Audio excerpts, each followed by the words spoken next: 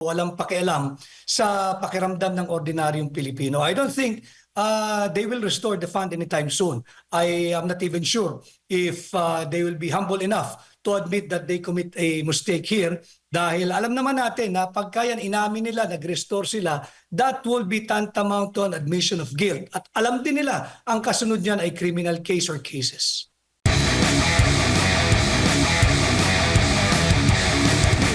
Issue po dito sa PhilHealth, kaugnay nga po sa pagbabudget po dyan.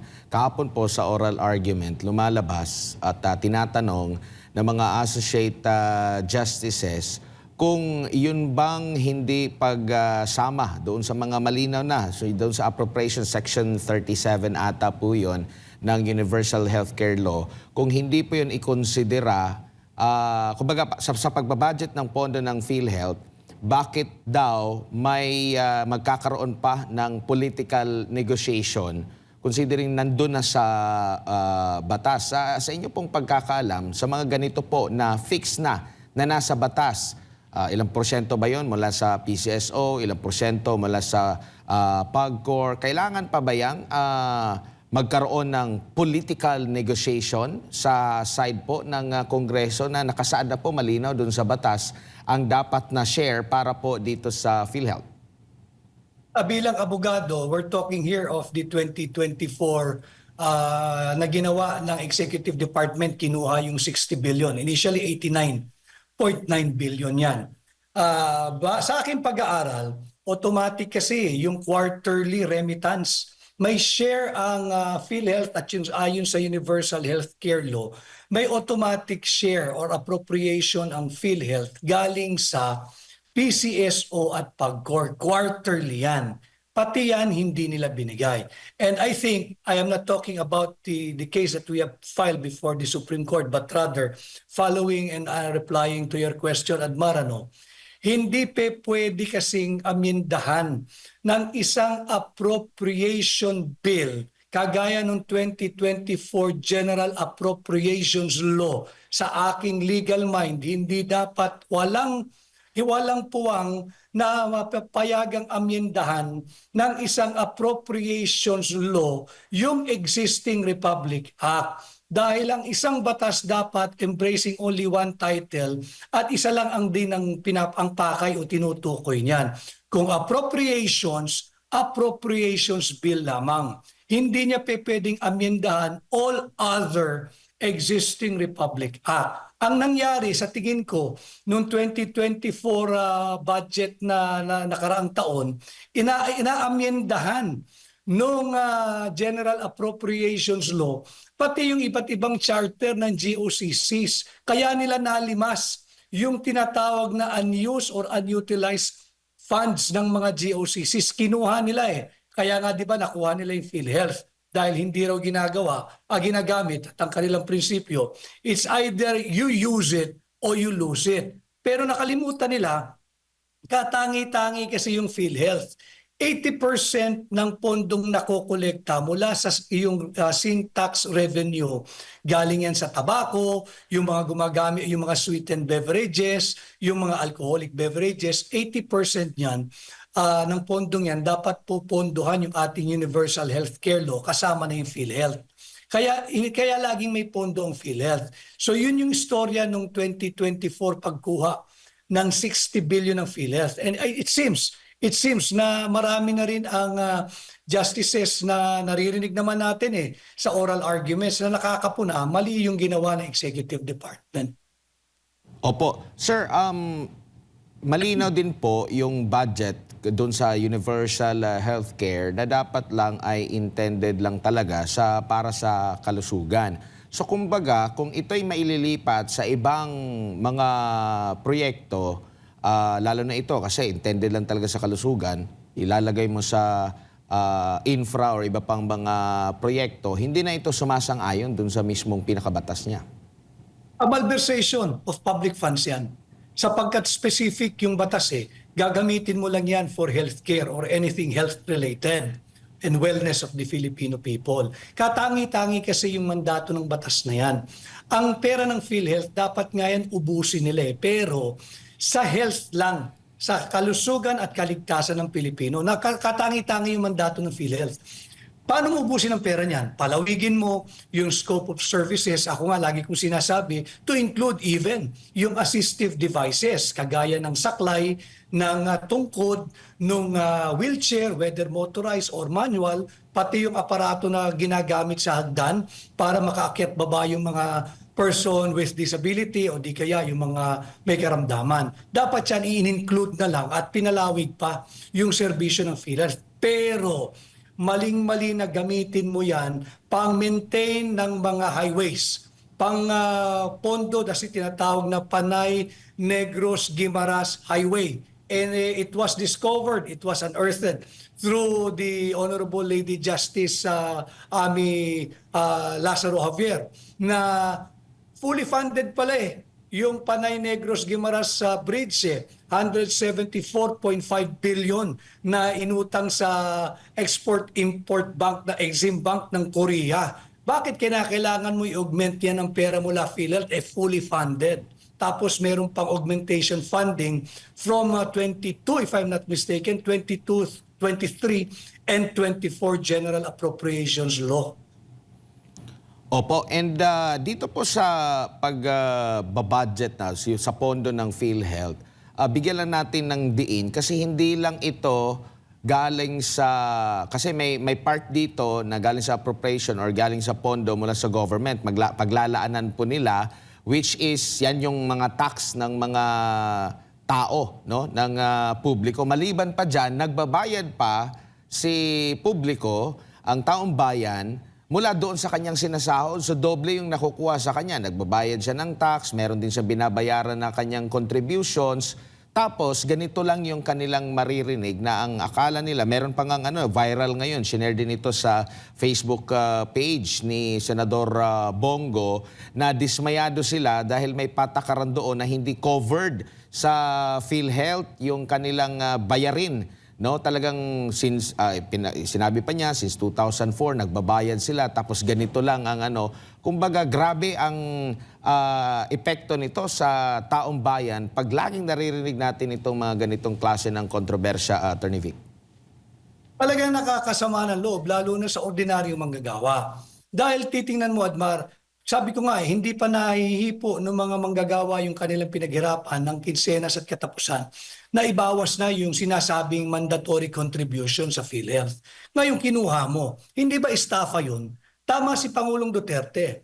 Pag kinuha mo yung pera ng pribado at sinabi mo na ito'y kinukuha ko dahil ito yung iyong mandatory contribution sa PhilHealth, tapos kukunin ng gobyerno, gagamitin mo para sa pang-maintain ng kalsada o pang-fund ng fully funded na Panay Negros Guimaras sa bridge, estafa tawag dyan doon sa pribado. It's so difficult to determine with the particularity kung yung 60 billion bang nakuha nila, yun lang ang subsidy ng gobyerno dahil nag-commingle na yung private and public funds.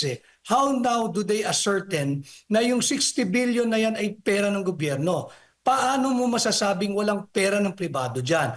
In the same vein, bakit mo ngayon siniro ang PhilHealth for 2025? Nasaan yung galing sa mandatory contribution ng nagtatrabaho sa pribado? Pera ng pribado yan, walang pakialam ang gobyerno dyan. Yan ay contribution ng mga nasa private sector. It should go straight to the PhilHealth. Kaya imposibleng zero funding ang dapat nakuha ng PhilHealth for 2025. At yung sinasabi nilang maraming pondo at hindi nagagamit, then the problem is in the management. Kung hindi ginagamit, unutilize yung maraming pondo, get rid of the entire board, get rid of the entire management. Ito yung matagal ko nang sinasabi. Bakit mo pahirapan yung Pilipino? Ang sablay yung mga appointees mo. Dapat ang palitan mo yung board. Remember, there was even a story. I'm just not sure now if the Private Hospital Association of the Philippines Incorporated o yung PAPI or FAPI, meron itong collectible na 4.5 billion pesos Kagaya nun, may collectible ka ng 4.5 billion pesos. If indeed it's true that you have so much money like 600 million pesos unutilized, bakit hindi nila binabayaran yung kahit paunti-unti yung pera nung 600 million or 600 billion, bakit hindi nila ibayaran yung matagal ng standing obligation? Yan yung mga katanungan na, well, closely intertwined talaga. Yung petition na i-file regarding the 2024 PhilHealth issue at yung aming ikinaso ngayon na tungkol naman sa 2025 General Appropriations Law. Opo, attorney, habang nakikinig ako doon sa mismong oral argument po, kapansin-pansin parang pasan ang daigdig, pasan niya ang daigdig ng mga nagsasagot mula sa PhilHealth. Pero mapapansin mo na parang dinidepensa niya pati na rin yung sa Congress, when in fact sila naman yung nasa Congress yung may last say. Kumbaga meron silang proposal, tapos nababanggit niya yung political negotiation. So maaring mabawasan pa rin, pero parang sila yung nasa hot seat ngayon at itong mga nasa Congress ay hindi nga sila makapagano, 'di ba? Kasi ang sumasagot sa kanila ngayon is ito pong Soljan, yung abogado ng gobyerno. Na ngayon, ang gusto rin ng ating mga kababayan na hindi lamang itong magkaroon ng desisyon ng korte rito, halimbawa, paboran yung mga petitioner, kundi dapat meron din talagang mapanagot. Merong follow-up na pagkakaso din kung may mga nalabag. Kasi hindi basta-basta itong mga nagawa kung totoo man, lalo na sa pera ng taong bayan na bilyon-bilyong piso ito. Kung tutusin, mas malaki pa nga ito kumpara doon sa lagi nilang inaakusa sa pangalawang Pangulo na 128 million ba yun? Kumpara dito na bilyon-bilyon po ang pinag-uusapan, attorney. Tama yun. Antayin lang natin na magdesisyon ang Korte Suprema sa parehong kaso, yung ikinaso nung sa 2024 pagkuha nung 60 billion pesos pera ng PhilHealth at itong 2025 issue natin sa constitutionality ng General Appropriations Law. At pag yan ay hopefully sana kami umaasa na madeklara parehong unconstitutional yung ginawa para maisunod na yung kasong kriminal nung mga nagpanukala na kunin yung pera nung PhilHealth for 2024 at ito ring 2025. Sapagkat tama yun, kaya interesado ang mamamayang Pilipino. Alam mo, ang lagi kong sinasabi, yung isang ama, hindi na niya matiis na gutom yung kanyang mag-anak na pilitang magnakaw ng isang latang sardinas.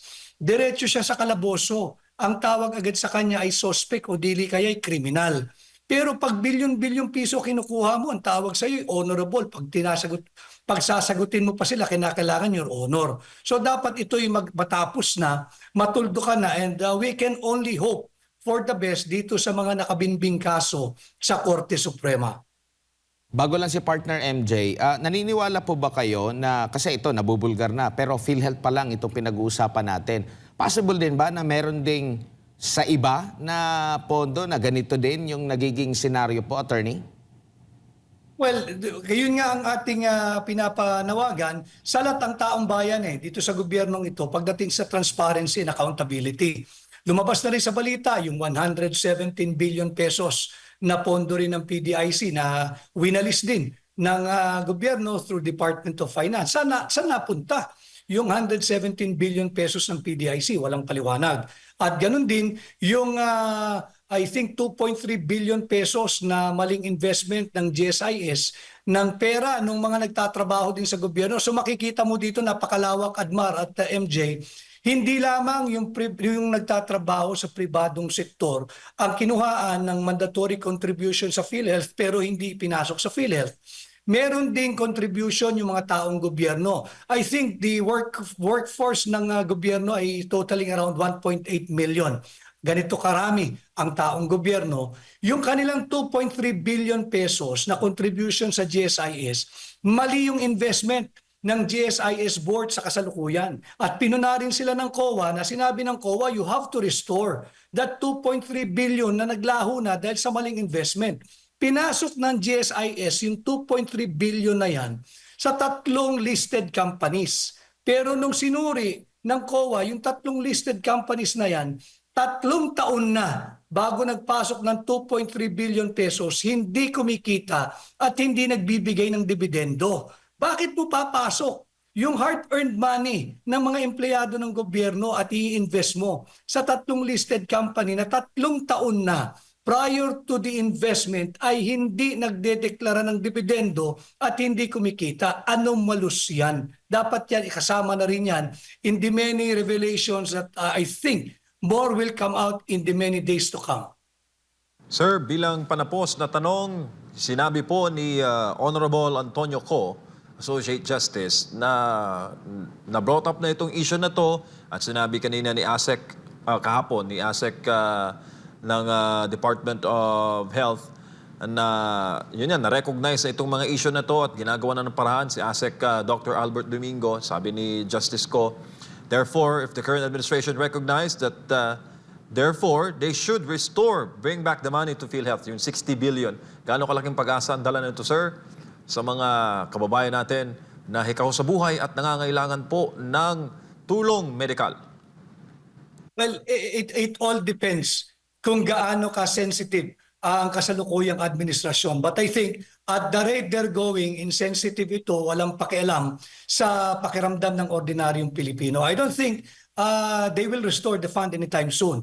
I am not even sure if they will be humble enough to admit that they commit a mistake here dahil alam naman natin na pagka yan inamin nila, nag-restore sila, that will be tantamount to an admission of guilt. At alam din nila ang kasunod niyan ay criminal case or cases.